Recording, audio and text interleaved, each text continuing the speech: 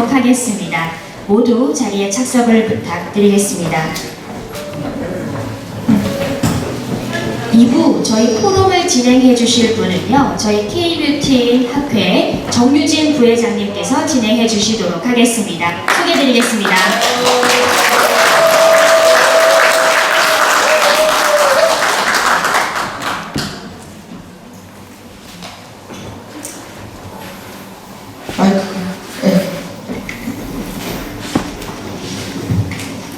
안녕하십니까. 오늘 반영과장 법제화 정책 포럼 진행을 맡게 된 K뷰티 학회 부회장 정유진입니다. 반갑습니다. 자, 먼저 이제 영상을 한 편 보여드릴 건데요. 현재 스크린에 보여지는 영상은 그동안 진행되어 온 반영과장 법제화를 위한 지금까지의 과정을 그린 영상입니다. 나름의 감동과 재미가 있을 것입니다. 7분 뒤에 뵙겠습니다.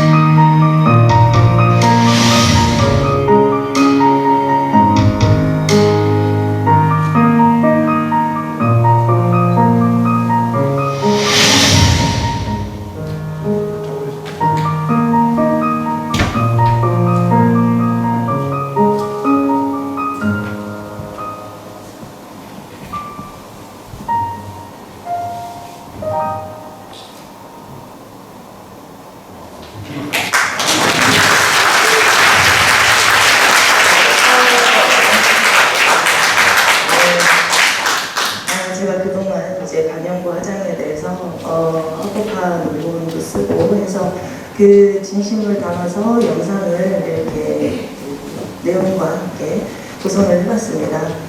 괜찮으셨나요? 네. 자, 오늘 엑스트라 토론에 대해서 발표를 해주실 발표자분을 소개를 해드리도록 하겠습니다. 마이크가 너무 울리는데 괜찮아요? 네.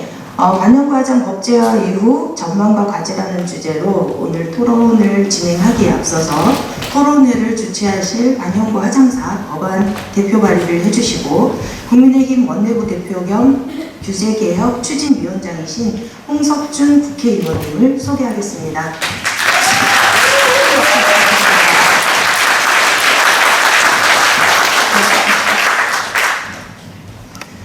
자, 그리고 보건학, 교육학 측면에서 토론을 해주실 전국대학 보건학 교육학회장 및 한국보건의료산업학회 부회장을 역임하고 계시고 현재 대구한의대학교 재활보건대학장이신 유한근 교수님을 소개해드리겠습니다.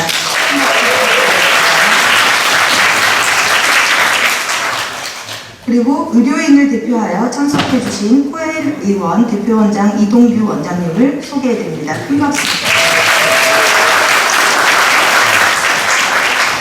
네, 앞에 그 세 분을 모셨는데요. 앞에 세 분이 계시니까 존재감이 굉장히 가득한데요. 다시 한번 큰 박수로 맞이해 주시기 바랍니다. 네, 발표에 앞서서 참석자분들을 대상으로 저희가 의견과 질문을 함께 받은 내용은 마지막 질의응답 시간에 여쭤보도록 할 예정이니 끝까지 경청해 주시기 바랍니다. 오늘 토론은 세 분의 전문가들께서 워낙에 해당 분야의 전문적인 분들이시기 때문에 내용에 대한 총합을 하는 것보다는 해당 영역에서의 이슈적인 부분이나 추가적으로 제언해 주실 부분에 대해서 듣는 시간을 갖도록 하겠습니다. 자, 주제 발표가 있겠는데요. 먼저 국민의힘 홍석준 의원님께서는 앞서 설명드린 바와 같이 반영구 화장사 대표 발의를 해주시고 국민의힘 원내부 대표 겸 규제개혁 추진위원장으로 계시기 때문에 현재 법안 진행 상황과 앞으로 법제화 이후 반영구인들이 준비해야 하는 과제에 대해서 한번 듣는 시간을 가져보도록 하겠습니다.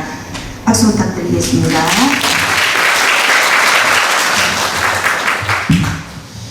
예. 반영구 화장 합법화 토론회를 제가 국회에서 몇 차례 했고 지방에서도 했습니다만은 공통적인 특징이 있는 것 같아요. 첫 번째 특징은 굉장히 활기차다, 분위기가. 그렇죠? 네. 오늘 활기차지 않은 것 같은데. 네? 예, 그렇죠. 예. 그다음에 두 번째는 굉장히 미인들이 많다. 세 번째는 굉장히 여기에 대한 어떤 열정이 강하다. 사실 오늘도 황금 같은 휴일에 많이 참석하셨습니다만 제가 올 2월 달에 그 법안을 발의를 하고 국회에서 당시 실내에서는 100여 명밖에 안 된다는 보건당국의 규정 하에서도 전국에서 많이 오셔가지고 못 들어가서 막 싸우고 막 난리가 났었습니다. 오늘도 아주 뜻깊은 행사에 참석하게 되었습니다. 저는 왜 제가 반영구 화장 법안을 발의를 하게 됐는지 배경하고 그리고 제 법안의 내용 그리고 향후 계획에 대해서 말씀을 드리고자 합니다. 저에 대해서 아시는 분도 계시겠습니다만 저는 95년도에 고시를 통해서 공직에 입문을 했습니다.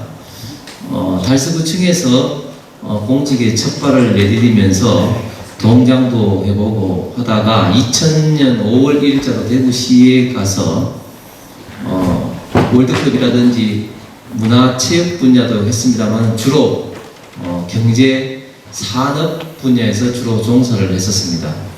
대구에 있는 많은 경제 산업 인프라 중에 예를 들어서 자동차 주행 시험장이라든지 로봇 산업 지능원이라든지 또 천복 단지에 있는 많은 인프라를 제가 직접 기획 설계, 예산 확보, 집행을 해왔습니다. 지금 현재 또 우리 천복에는 또 대한민국에서 유일하게 어려인들을 교육, 시험할 수 있는 어려기술 시험 훈련은 연수원을 제가 당시 13년 박근혜 대통령이 공약을 해서 장시간의 어쨌든 시간 끝에 지금 완성이 돼서 설계를 하고 있습니다. 그런 어떤 주로 공직 생활을 하다가 제가 의료 분야에도 깊이 관여를 많이 했었습니다. 그래서 전북의 많은 인프라, 의료 R&D도 구축했지만 또 그 중에 의료 관광이라는 프로젝트도 제가 직접 2011년도부터 의료 관광 진흥원 등을 만들면서 많은 해외 의료 환자들을 상대하고 우리 지역과 우리나라의 병원에 있는 선생님들과 같이 일을 해 왔었습니다. 제가 그때 느낀 것은 정말 이 K-뷰티, 우리 추 회장님께서 이름을 참 잘 지었다고 생각하는데 이 K-뷰티라는 게 정말 절실하게 와 닿았습니다. 70년대, 80년대만 하더라도 글로벌 뷰티의 기준이 오드리 헵번이나 비비안 리 같은 그런 서구형 미라고 생각했었는데 어느 순간 한류의 영향으로 글로벌 스탠다드가 이제 K-뷰티가 됐다는 것을 절실하게 많이 느꼈습니다. 많은 의료관광객들이 해외에 와서 성형 수술을 하고 4일 내지 5일 동안, 좀 심하면 6일 동안 얼굴에 미라처럼 붕대를 둥둥둥 감고 있다가 그 붕대를 풀면서 거울을 딱 보는 순간 많은 분들이 이제 한국 사람처럼 보일 수 좋다 이렇게 말하는 것을 제가 직접 많이 보아왔습니다.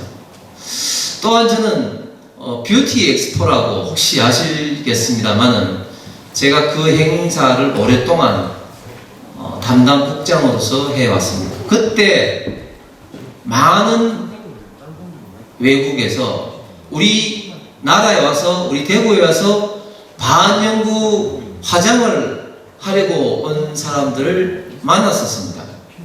왜냐하면 우리나라 사람들이 이 젓가락 문화 등의 영향으로 손재주가 좋아서 우리 반도체 산업이 이렇게까지 글로벌 경쟁력을 유지할 수 있는 이유는 섬세한 근로자들의 그런 어떤 손기술이 굉장히 큰 영향을 미칩니다. 왜냐하면 반도체에 미세한 어떤 먼지가 들어가도 안 되는 그런 상황이기 때문에 그 공정을 관리하고 하는 게 굉장히 주의를 요하는데 그런 면에서 우리 손재주가 반도체 공정의 경쟁력을 만들어 왔다고 이야기가 됩니다. 마찬가지로 이 반영구 화장을 디자인하고 직접 시술을 하는데 이 손재주가 우리나라 사람처럼 이렇게 있는 나라는 저는 감이 거의 없다고 생각을 합니다. 그런데 정작 한국에서는, 대한민국에서는 이게 합법화가 되고 있지 않다는 것을 그때 비로소 2014년 15년도에 알게 되었습니다. 그런데 저는 공무원 입장에서 법을 만들 수 있는 그런 입장도 아니기 때문에 어떤 현실에 대한 한탄만 하고 또 관련된 부처인 복지부라든지 그런데 건의만 하는 그런 어떤 생각에 머물러 있었습니다. 그런데 우리 코일 원장님도 계시지만 의료 분야에 있어서는 참 이게 인체의 건강과 생명에 관련되어 있다 보니까 소위 말해서 규제가 굉장히 많습니다.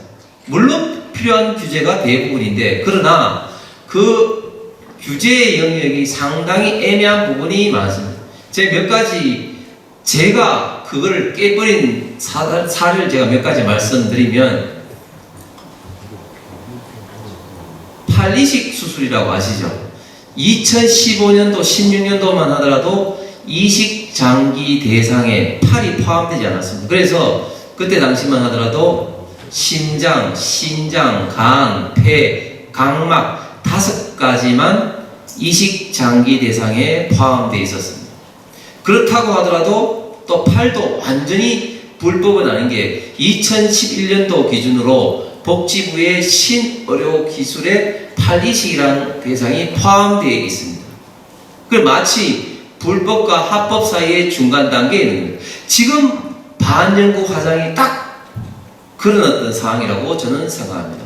합법도 아니고, 그리고 이미 사업자 등록을 허용했다는 것 자체가 국가에서 또 완전한 불법도 아닌 중간적인 영역에 지금 현재 놓여 있는 겁니다. 제가 그래서 2015-16년도 우리 지역의 병원, 구체적으로 W병원과 영남대 병원 중심으로 해서 제가 이게 팀을 만들고 이렇게 해서 1년 동안 기다린 끝에 공여자가 나타나서 팔 이식을 하기 위해서는 이 내사 상태로 되어 있지만 이 심장이 멈추지 않으신 분의 팔을 절개를 해서 이식을 희망하신 분에게 해야 되는 굉장히 고난이도의 시술, 즉 뼈, 근육, 신경, 피부 이런 것을 일괄적으로 이식을 해야 되는데 굉장히 돈도 많이 들고 굉장히 어려운 기술인데 어쨌든 성공하고, 그 시술을 받은 손진욱이라는 분이 2018년도 라이온스에 시구도 한 그런 어떤 사례. 그래서 결국은 팔 이식이 합법화가 되었습니다. 규정이 바뀌어서 이제 합법화가 되어버렸어요. 저같이 좀 미친놈이 이렇게 안 하면 안 됩니다. 만약에 그게 잘못되면 담당자인, 물론 의사 선생님들도 이게 벌을 받겠지만 담당 국장으로서 이걸 트라이한 저 같은 사람도 그게 이제 책임이 되는데, 어쨌든 결과적으로 우리는 대구는 팔 이식을 성공적으로 한 자랑스러운 기록을 갖게 됐고, 그 이후에 이 팔 이식이 완전히 지금 합법화되었다. 이런 것을 제가 공직 생활에서 경험을 했기 때문에 이 반영구 화장 합법화를 반드시 해야 되겠다, 이런 생각을 평소에도 갖고 있었습니다만은 제가 이제 21대 국회에 들어가서 여러 가지 의정 활동이라든지 이렇게 하다 보니까 사실은 그런 어떤 생각을 이제 좀 까먹고 있다가 우리 정확하게는 이제 작년 이제 말부터 제가 윤석열 당시 후보의 대구 선대위원장 또 정책 공약 부위원장으로 있으면서 공약도 개발하고 하다가 이것이 있었지 이렇게 해서 우리 또 추교육 회장님 등과 의논을 해서 11월 달부터 이 몇몇 전문가 분들하고 상의해서 이제 1월 초에 법안 발의를 하게 되었습니다. 두 번째로 제 법안의 내용에 대해서 제가 말씀을 드리겠습니다. 저는 과거에도 이렇게 반영구 화장 법안 발의가 되었습니다. 그런데 저는 실패할 수밖에 없는 원인들이 있었다고 생각을 합니다. 그 원인은 뭐냐? 첫 번째로 우리는 전문가들은 이게 당연히 알고 있지만 일반 국민들은 모르는 게, 예를 들면은 반영구 화장, 타투, SMP 이런 어떤 부분들에 대해서 이게 같다고 생각을 합니다. 그래서 타투가 곧 SMP고 반영구 화장이라고 생각을 합니다. 그러다 보니까 아직까지 국민 정서에서는 이 타투가 여러 가지 교육적으로나 그리고 의료적으로나 그리고 여러 가지 윤리적으로 문제가 있다는 생각을 갖고 있는 국민들, 특히 교육계의 학부모님들이라든지 또 종교계라든지 이런 어떤 거부감이 상당히 있는 것이 사실입니다. 두 번째는 이게 의료계 단체를 중심으로 해서 여기에 대한 여러 가지 아직까지 문제 제기를 해오고 있는 것이 사실입니다. 이 의료법상에서 의사 선생님들의 의견을 절대 저는 무시해서는 안 된다고 생각합니다. 물론 100% 따를 필요도 없지만 그분들의 전문적인 영역에 대한 판단은 저는 존중해야 되는데 그거를 사실은 그동안 잘 하지 못했다. 그리고 마지막으로 세 번째는 우리 내부의 문제입니다. 반영구 화장을 주장하는 분들이 굉장히 많은데 이게 다 보면은 굉장히 나눠져 있습니다. 잘 아시는 것처럼 크게 보면은 이 미용업계 그리고 또 비미용업계 중에서는 가장 또 많은 또 집단이 뷰티 업계입니다. 이 뷰티 업계 내에서도 굉장히 많은 단체들이 다양한 입장에 서 있습니다. 저는 이러한 어떤 세 가지 어떤 문제에서 제 나름대로 정리를 해서 이 법안을 만들게 됐어요. 제 법안의 가장 핵심은 일단 제가 말씀드린 국민이나 의료계 단체나 그런 반발을 최소화할 수 있는 안전한 방향으로 빨리 통과시킬 수 있는 실현 가능한 법안을 마련해야 된다는 기본적인 생각을 갖고 있었습니다. 왜냐하면 제가 이 문제를 좀 전에 말씀드린 제가 직접 많은 경험과 많은 대화를 해봤기 때문에 좀 알기 때문에 그렇습니다. 그래서 제 법안의 내용은 일단 분야별로 봤을 때 범위로 봤을 때 일단 S&P, 타투 같이 국민적 아직까지 거부감이 있는 분야는 일단은 제외한다. 그래서 반영구 화장만 일단은 대상으로 한다. 두 번째는 의료 단체에서 거부감이 가장 큰 게 과연 거기에 대한 전문적인 교육, 훈련을 받았느냐 이런 어떤 염려를 많이 합니다. 그 염려는 또 상당히 일리 있는 이야기이기 때문에 저는 그래서 일정한 수준의 교육과 테스트를 통한 자격증을 부여하는 방식으로 합법화를 한다. 그리고 세 번째는 그것이 특정한 어떤 영역이 아닌 별도의 어떤 자격증으로 한다. 이 세 가지의 핵심적인 내용을 담은 그런 어떤 법안으로 발의를 했습니다. 향후 어떤 이 방향에 대해서 잠깐 말씀을 드리겠습니다. 지금 저도 당의 규제개혁추진단장 위원장으로서 다양한 분들과 이야기를 하고 있습니다. 그동안 이제 복지부에서 잘 아시는 것처럼 장관이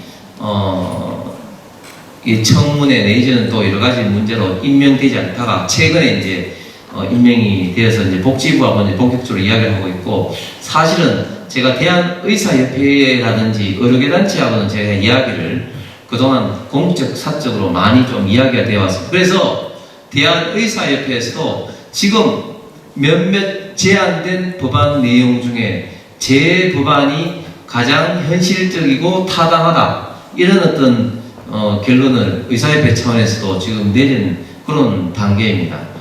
앞으로 이제 방법은, 절차는 기존에 발의된 법안으로 할 건지 또는 복지부에서 이 법안을 가지고 대안적 성격을 만들 건지 뭐 이런 어떤 절차를 이제 밟게 됩니다.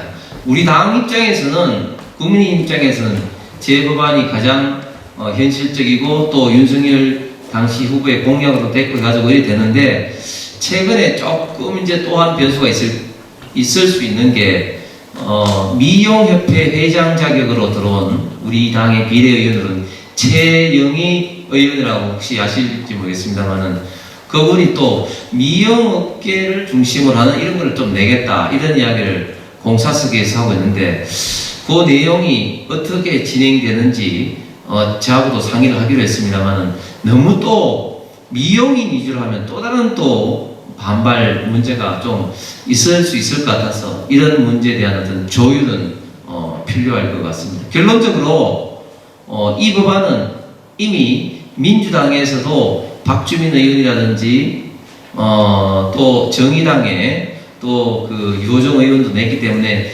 여야 간에 어떤 그런 충돌이 발생하는 문제는 아니고 의사 어떤 협회 같은 전문가들 집단과 어떻게 잘 이제 의견 정리를 하느냐. 제가 다시 한번 말씀드리지만 이 범위의 어떤 문제 그리고 자격증의 어떤 문제 이런 어떤 문제가 지금 남아있다 이렇게 지금 말씀을 드리겠습니다. 한 가지 확실한 건 뭐냐면은 우리 정유진 우리 원장님 부회장님이 만드신 비디오 영상을 보고 제가 깜짝 놀랐습니다. 정말 잘 만들었습니다. 저는 서울에 어디서 만들어 왔냐고 생각을 해서 우리 추 회장님하고 이야기했는데 이렇게 잘 만든 영상을 처음 봤습니다. 이 반영구 이 화장에 관련된 역사를 스토리를 92년도 대법원 판례부터 쫙 설명하면서 이렇게 하는데 정말 깜짝 놀랐습니다. 이 생각을 해보시면 92년도 대법원 판례에서는 저런 식으로 됐는데 가장 최근에 헌재에서 의료법에 관련된 반영구 화장 관련된 헌법재판소 판결 보셨죠? 그때는 5대4로 아슬아슬하게 의료법이 합헌이라고 결정이 날 정도로 반영구에 대한 인식이 지금 굉장히 지금 많이 달라졌습니다. 지금 반영구에 종사하시는 분이 35만 명을 추정하지만 또 반영구 시술을 받았다는 사람은 거의 뭐 1000만 명 이상이고 정치인 중에도 안 받은 사람이 없을 정도로 제가 아직까지 안 받아가지고 그런지 모르겠지만 안 받은 사람이 없을 정도로 제가 그때 그 대선 과정에서 윤석열 대통령도 찍고 또 이렇게 했는데 원희룡 당시 정책본부장이 이제 인사말을 하면서 저도 받았습니다. 자신있게 이야기를 하는 거예요. 이제 안 받은 사람이 없을 정도로 이렇게 반영구 화장이 보편되었다. 이런 어떤 인식을 이제 사업부에서도 받아들이는 게 현재 5대4 판결이라고 저는 생각합니다. 그래서 저는 이 반영구에 대한 형식을 떠나서 합법화의 길은 이제 멀지 않았다. 저 비디오 영상물에 있는 것처럼 30여 년간의 여기 계신 선배님들뿐만 아니라 여기 계신 분들의 노력으로 이제 멀지 않았다고 생각하고 이제 마지막 저는 이 피니시 라인에 섰다고 생각합니다. 그런데 우리가 육상 경기에도 보지만 마지막 피니시 라인에서 이상하게 될 수도 있습니다. 이럴 때일수록 다시 한번 말씀드리지만 우리 뷰티 업계에서 조금씩의 입장이 다를 수는 있지만 그러나 최고 중요한 목표인 반영구 반영구 화장 합법화를 위해서 좀 더 의견 통일, 좀 더 합리적인 생각을 마지막까지 여기 계신 우리 우리 주교육 회장님 같은 분들 중심으로 모아주시면 큰 힘이 되고 좋은 마무리가 되지 않을까 생각합니다. 감사합니다. 네, 잘 들었습니다. 다음으로 유한근 교수님께서 보건학적 그리고 교육학적 측면에 대해서 말씀해 주시겠습니다. 네, 대관이대학교의 유한근 교수입니다. 우선 먼저 굉장히 이제 국감에 바쁘신 가운데 우리 지역에 존경하는 우리 홍석준 의원님께서 뷰티업계의 가장 큰 현안이죠. 현재 반영구 그 화장서 법안을 대표 발의해 주시고 또 정책 포럼에서 명쾌하게 주제 발표를 해 주신 것이 굉장히 이 의미가 크다고 생각합니다. 아까 말씀하신 것처럼 이번 법안이 제가 2000년도에 한번 국회에 가서 한번 그 뷰티 산업 활성화에 대해서 한번 좌장을 맡아서 한번 진행했던 경우가 있었는데요. 실제 7번의 그 반영구 그 화장 관련한 법이 발의됐었습니다만은 전부 다 좀 무산이 되고 지금 그 홍 의원님께서 얘기하신 내용 가장 실현 가능하고 의료업계에서도 받아들일 수 있는 굉장히 구체적으로 이렇게 좀 가까이 다가갈 수 있는 매우 이렇게 좀 바람직한 법안을 다른 국회의원들이 제시한 것과 좀 다른 것 같습니다. 상당히 기대가 되고요.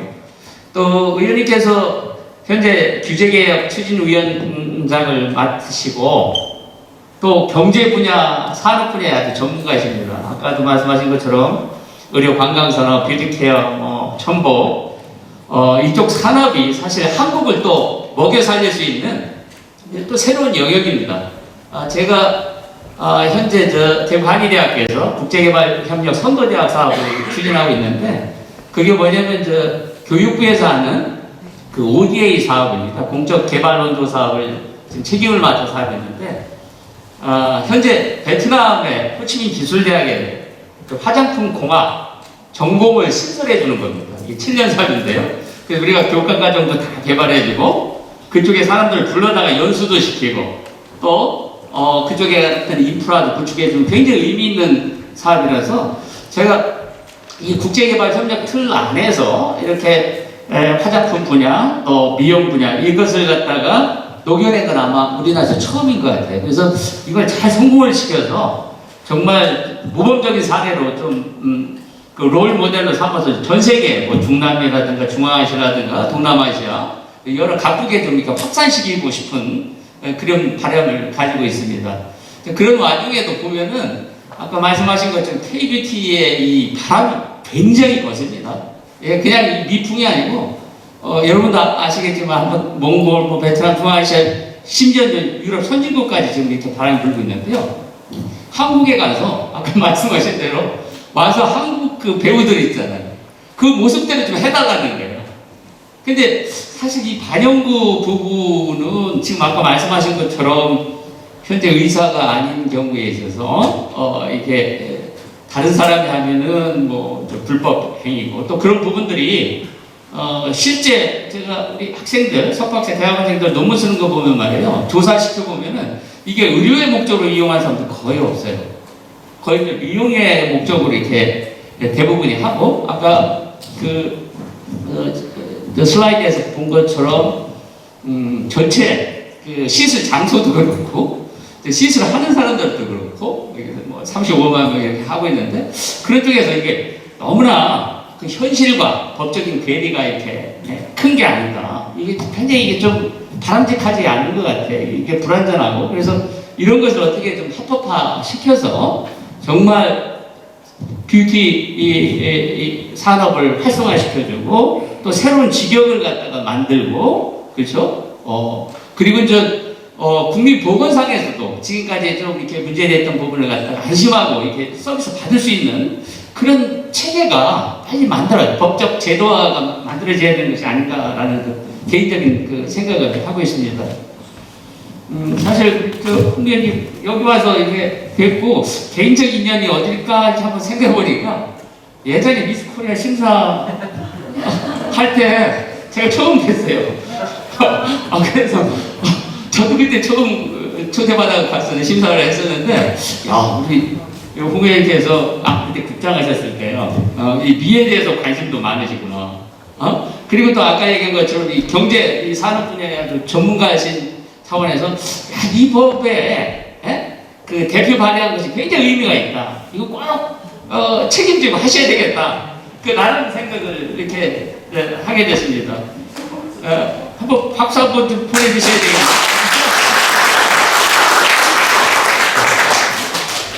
개인적으로도 반영 시술하신 것 같고요. 안 했습니까? 저는 개인적으로 볼 때 우리 집에서는 4인 가구입니다. 4인 가구인데 3사람이 했고 1사람이 좀 못하는 상황입니다. 3사람이 누구냐면 우리 집사람이 먼저 가더라고요. 그냥 딸내미를 데리고 와요. 근데 조금 있다가 우리 아들 하나가 있는데 남성의 아들까지 가더라고요. 그러면서 남아있는 게 더 접니다. 그래서 이게 합법화가 되면 그때 가야 될지 그 전에 가야 될지는 모르겠지만 그런 그 개인적인 상황도 있고요. 그러니까 아까 이용자가 1,300만 명이라는 게 이게 맞는 것 같아요. 4인 가구에서 4분의 3 곱하면 아마 이걸 더 넘었을지도 모르겠어요. 그만큼 그 일반화된 것 같습니다. 그래서 실제 이 현행법과 현장에서 인식 차이가 너무나 크고 이게 이제 음성적으로 이루어지다 보니까 반복적으로 생각하는 것이 지도 관리 감독이 제대로 안 되는 거죠. 그 온전한 그거의 피해는 소비자가 될 수가 있어요. 국민에게 될 수도 있고 또 의료를 이 반영 화장을 시술하는 제공자한테도 또 이게 해당이 될 수가 있습니다. 그래서 이 고리를 빨리 엮어진 이 부분을 좀 풀어주셔야 될 것 같고요. 그런 차원에서 조금 저는 보건 미용의 부분에서 그 현장에 있기 때문에 우리 대한의대학교 보건대학원에 그 보건 미용학 분야가 있습니다. 그래서 이쪽에 석박사생들이 주로 논문을 쓰는 것이 요즘에는 전체의 한 반을 반영으로 써요. 그래서 제가 서울 가서 한번 거기에서 할 때 얘기를 했더니 대구가 이 반영구 화장에 이런 조사 연구라든가 이 관심이 전국 어느 지역하면 이게 될 바가 아니다. 아주 그 본투에서 올라오실 분이라는 그 말씀을 하시더라고요. 그런 차원에서 나중에 우리 의료계에서 나오신 우리 원장님께서도 말씀하시겠지만 이 반영구 화장의 특성상 이것이 이제 직접 그 신체에 시술을 해야 되지 않습니까?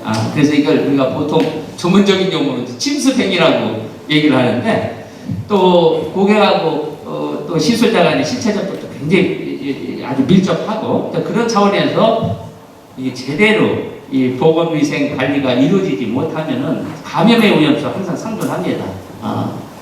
그리고 부작용이 나타날 수가 있는 거죠. 그런 측면에서 우리가 제도적으로 염료 관리라든가 또는 시술 공간 도구에 대한 거라든가 또 개인 위생 그리고 또 보호 장비에 관한 그런 부분이라든가 또 거기서 나오는 여러 가지 폐기물 처리 있지 않습니까? 이런 부분들 또 정기적인 그 위생 교육 같은 것이 여러 부분에서 아주 유기적으로 철저하게 이루어지고 그래야만이 이것이 이제 제대로 자리를 잡을 수 있을 거라고 생각합니다. 그래서 제가 이제 미국 같은데 요즘에 그쪽에 상황을 보면은 그 오샤 같은 거라든가 FDA 같은 굉장히 그 건강 문제 또 이 뷰티에 관련된 여러 가지를 관리 감독하는 기관인데요. 그쪽에서 굉장히 엄격하게 이 부분을 갖다가 제도화시키고 관리 감독을 하고 있습니다. 그래서 우리도 이제 이런 쪽에서 같이 발맞춰 나가야 되지 않을까라는 생각을 하고요. 그리고 이제 교육적인 측면에서는 이 반영구 화장에 대한 이 제도화된 수준 높은 어떤 그 전문 기술 교육이 필요하다고 개인적으로 생각을 하고 있습니다. 현재 반영구 화장에 대한 이 교육이 일부 협회, 또 일부 학원이라든가 또는 그 개인 샵에서 이렇게 이루어지는데 그런 것들이 굉장히 단편적이고 또 질적인 관리가 제대로 안 되고 있습니다. 그래서 그런 부분을 또 그로 인해서 피해도 생기고요. 그래서 제대로 역량을 갖춘 우리 반영구 화장의 전문가들을 양성할 수 있는 그런 정식 교육기관이잖아요. 그런 쪽에서 또는 학회라든가 이런 쪽에서 공식적인 기관에서 이런 교육과정을 개발하고 또 운영을 하고 또 교육을 하는 사람들, 강사에 대한 어떤 질적인 수준, 평가 이런 부분들이 함께 이루어져야 된다고 이렇게 생각하고 있습니다. 다시 한번 더 결론적으로 말씀을 드리면은 우리나라의 뷰티 산업 이걸 이제 한 차원 높게 육성 발전시키고 이게 세계로 뻗어나가고 또 새로운 직업의 창출 그리고 국민의 안전 이런 건강 보호를 위해서는 정말로 우리 후보님께서 대표 발의하신 이런 법안이 잘 국회를 통과해서 진짜 제도적으로 안착할 수 있게 그렇게 되기를 바랍니다. 감사합니다. 이렇게 잘 들었습니다. 다음으로 코엘 의원 대표원장님이신 이동규 원장님께서 의료인을 대표해서 반영과정 법제화에 대한 의견을 들어보겠습니다. 서서 하시겠어요? 네. 이 자리에서 하셔도 돼요. 이쪽에서 하셔도 돼요.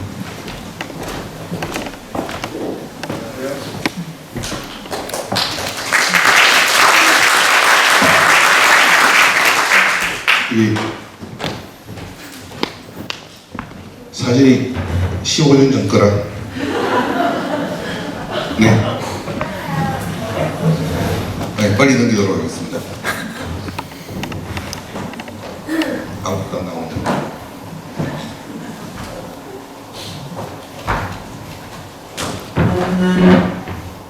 예. 제목이 깨졌군요. 원래 준비할 것들까지 다 있을 때. 자, 일단 요 법원에서 죄송합니다. 판결을 했던 거, 그 내용을 좀 보도록 할게요. 이거 포인트로 되나요? 안 되네? 네. 문신 시술은 바늘로 피부의 완전성을 침해하는 방식으로 색소를 주입하는 것으로 부작용 등 위험을 수반한다. 또 문신 시술의 이 작업을 제가 모르거든요. 그래서 예, 감사합니다. 한정된 의학적 지식과 기술만으로는 의료인과 동일한 수준의 안정성 등을 보장할 수 없다. 이게 이제 저희가 불법화된 내용이고요. 그 밑에 아까 중에 홍 의원님께서 말씀하셨듯이 5대 4라고 했는데 그 나머지 4의 의견이 이렇습니다. 문신 시술은 치료 목적 행위가 아닌 점에서 무면허 의료 행위와 구분된다. 그렇죠? 치료 목적은 아니죠.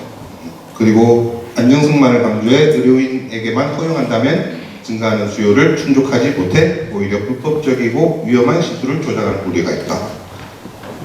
예, 이렇게 됐죠. 자, 볼까요? 예쁘죠?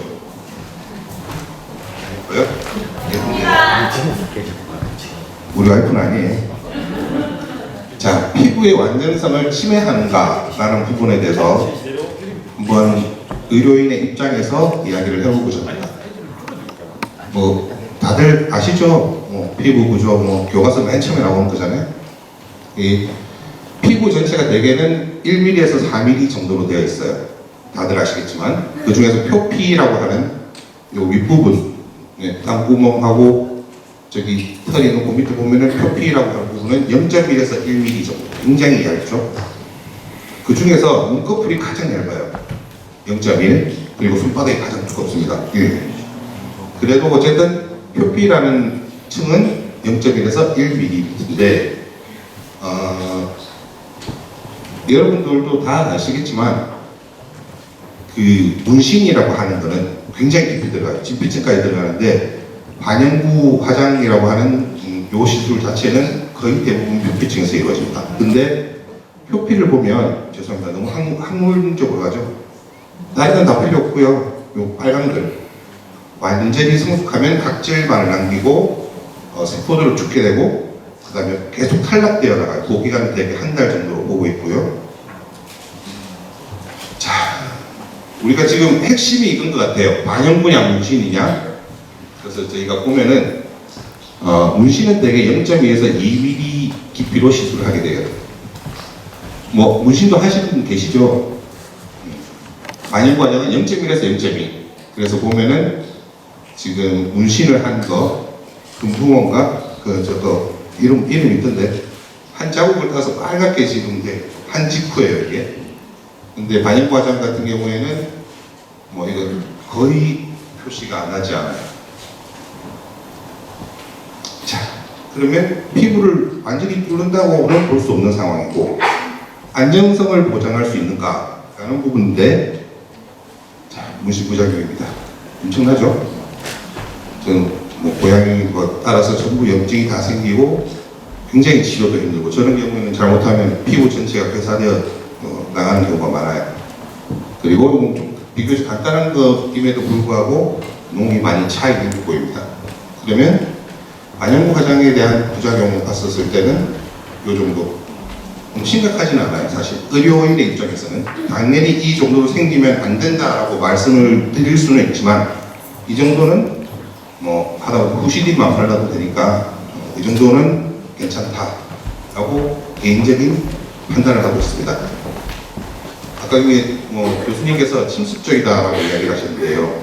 마이크만 잡으면 노래가 부르고 싶어서 우리가 흔히 침습적이다고 비침습적이다라는 인베이시브 하냐라는 것은 엄밀히 그 단어의 의미만 따지자면 이게 절개를 해서 열었느냐 말았느냐로 보통은 따져요.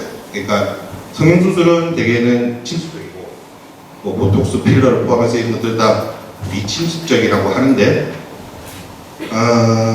개인적으로는 요거를 조금 개념을 바꿔봤어요. 그래서 쉽게 이야기하면 침습적이라는 거는 좀 심각한 거다라고 생각을 하면 좋은데 반영과정 침습적인 시술인가 아니면은 침습적이지 않은 비침습적 시술인가 라는 부분입니다. 근데 아까 중에도 말씀드렸지만 우선 피부의 깊이에 따라서 봤었을 때 글쎄요. 예쁘죠? 이분 아시는 분 있으세요? 네. 같은 분이에요. 네. 결국에는 안타깝게도 자살하셨죠. 침습적인 시술, 그러니까 보톡스, 이분은 콩기름 많이 주입하셨다고 하셨는데 침습적인 시술은 의료계에서 사실은 반대를 해요. 항상 문제가 될 수 있으니까. 그 다음에 좀 고민해 보셔야 될 부분인데 국소 마취제 굉장히 쉽게 사용하시잖아요. 그런데 2010년도에 글자가 계속 깨지네요. 미국에서 이 국소 마취제를 사용한 20대 여성이 사망하는 사건이 있었어요. 다리에 랩을 감싸고 오랫동안 방치를 하고 나서 이 마취제 부작용이 독성이죠. 성분이 리도페인이라는 게 있죠. 다들 아실 겁니다. 뭐 지금 대부분 9% 혹은 뭐 5%, 4% 이런 거 쓰실 텐데 뭐 우리 남성용도 많아요. 이런 칙칙이라고. 네. 원래 리도페인이 일상적으로 쓰이는 거는 이런 조류 치료제라든지 마취, 그 다음에 부종맥 치료에 사용이 돼요. 그러다 보니까 이게 몸에 과량으로 들어가게 되면 심장에 문제가 생기게 되죠. 1회 안전 사용량이 50kg이 성인인 경우 500mg. 근데 사실 이거는 뭐 500mg이면 엄청난 많은 양이거든요. 우리가 이제 한 통이 보통 1000g인가? 그런데 프로다 그러면은 그 안에 들어있는 거는 어떻게 되죠? 10g이 안 되니까 엄청나게 많은 양이기는 해. 하지만 임상적으로 여러분들은 이 제품을 다루시기 때문에 얘가 위험할 수는 있겠구나라는 것 정도는 알고 계셔야 됩니다. 그리고 간질환자, 소화가 오는 경우는 사실 드물잖아요. 간질환자하고 심장질환자한테는 쓰는 게 굉장히 조심스럽게 하셔야 됩니다. 그 다음에 요거 장비가 있으시잖아요. 다들 장비값이 꽤 비싸다고 알고 있는데 그 장비는 반드시 허가받은 장비를. 왜 그러냐면 이 반영구 자체가 깊이가 0.1을 넘어가면 안 된다고 알고 있어요. 임상적으로도 반영구 잘못돼서 뭐 혹은 마음에 안 들어서 지우러 오신 분들은 레이저로 한두 번만 해도 거의 없어지시거든요. 문신한 거래요. 문신 한 10번까지도 하셔야 되는 분이 있으신데 그래서 반드시 이제 허가받은 장비로 일정한 깊이로 그렇게 시술을 할 수 있었으면 좋겠다. 그리고 뭐 다들 뭐 염료나 쓰는 색소는 당연히 뭐 허가받은 제품을 쓰시겠지만 문신의 경우에는 그렇지는 않아요. 모든 분들이 다 허가받은 걸 쓰지는 않고 간혹 색깔을 잘 내기 위해서 허가받지 않은 것도 많이 쓰시거든요. 그런 것들 좀 조심해 주시고 그 다음에 시술하고 나면 아까 중에 뭐 크게 문제는 없었습니다만은 항생제용으로 꼭 사용해 주셨으면 좋겠어요. 왜냐하면은 국소 감염이라는 것은 언제든지 피부 각질적인 손상이 되면 일어날 수 있어요. 곰팡이균도 마찬가지고. 그래서 일반 의약품들도 많이 팔잖아요. 부시딘이라든지 마데카솔 말고, 마데카솔도 항생제는 아니거든요. 그런 것도 좀 발라주는 거. 그런 것들이 글쎄 의료인으로서 생각을 하자면 이런 것들만 좀 뒷받침된다면 크게 문제가 되지 않지 않을까. 그래서 최종적으로 정확하게 시술되는 반영구 화장은 비침습적이라고 볼 수 있다. 물론 이건 교과서적인 의미가 아닙니다만은. 그리고 불법적으로 시술하는 시술자 외에 정상적이고 체계적인 교육을 받은 시술자가 허가받은 장비, 제품 사용해서 하면은 안전성이 확보되어 있지 않나라고 생각을 합니다. 그래서 시술은 아티스트들이 해주시고 제가는 의사가 하고 아시죠? 맨 마지막 줄은 따로 읽지는 않겠습니다.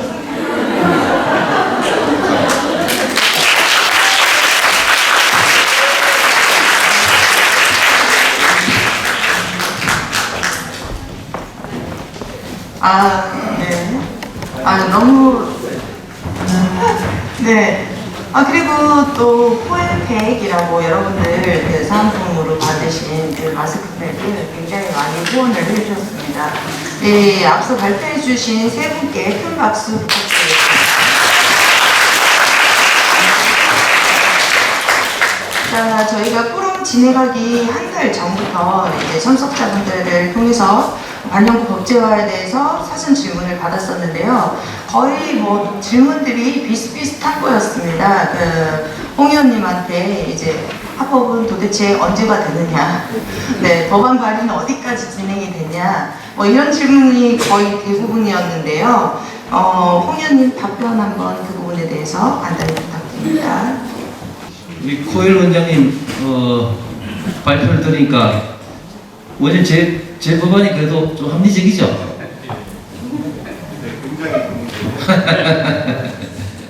저도 이 법안을 내기 전에 이제 의료인들 제가 아시는 분들하고 상당히 많이 제 고민을 이야기하고 또 내용에 대해 상의를 해서 이제 결정을 했는데 오늘 코엘 원장님 말씀을 들으니까 더 이제 확신을 가지게 됩니다. 일단 현재 진행된 상태는 제가 1월달에 발의를 했고 그리고 이미 기존에 발의된 한 두세 가지가 지금 있고 내용은 좀 다릅니다.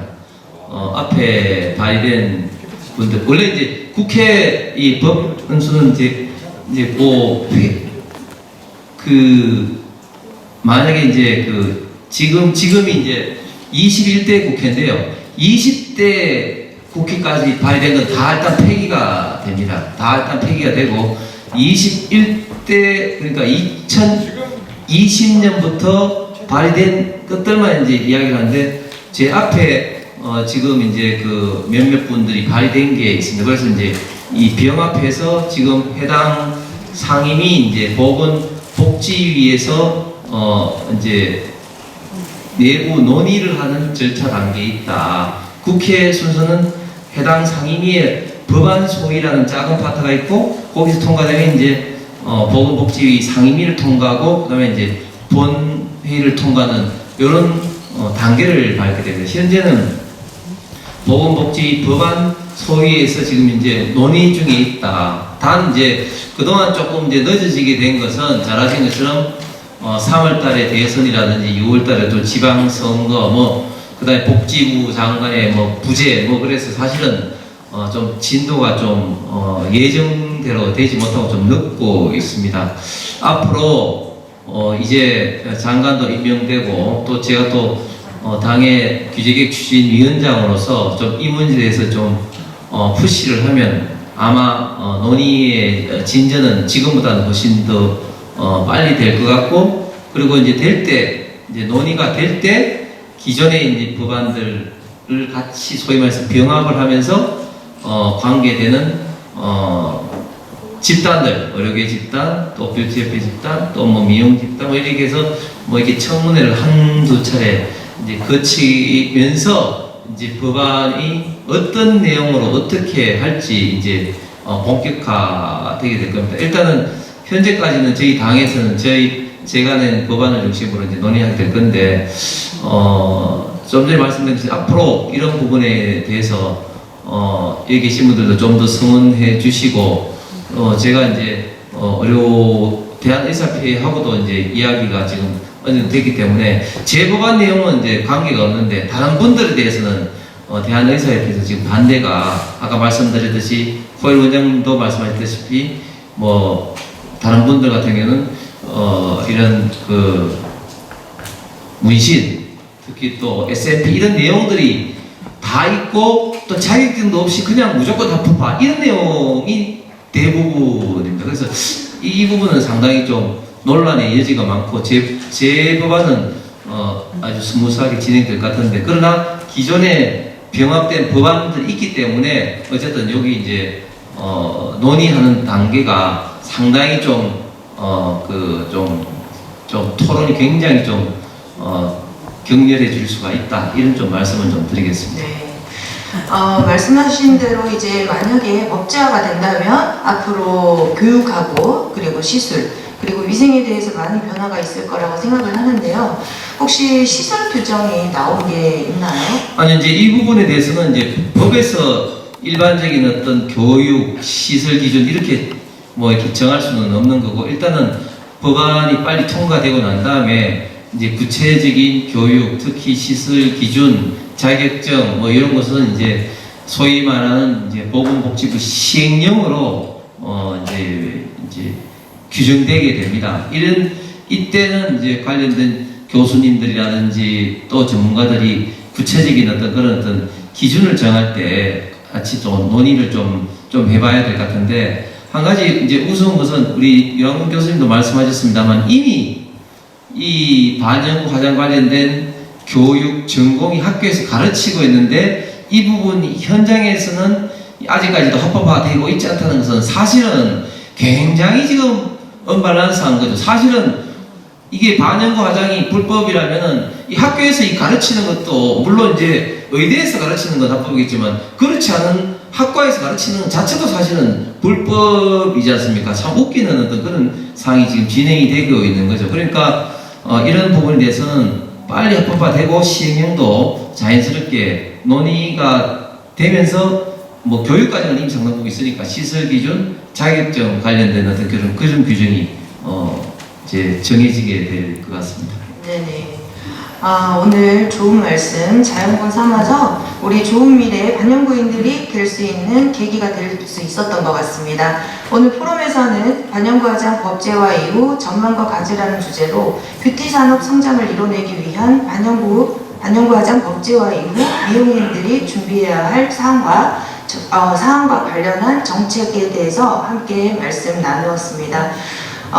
본 포럼을 필두로 한 분 한 분 말씀을 경청해 주셔서 너무 감사드리고요. 오늘 귀한 시간 내셔서 자리를 빛내주신 홍석준 의원님, 유한근 교수님, 이동규 대표원장님 세 분께도 감사의 말씀을 드립니다.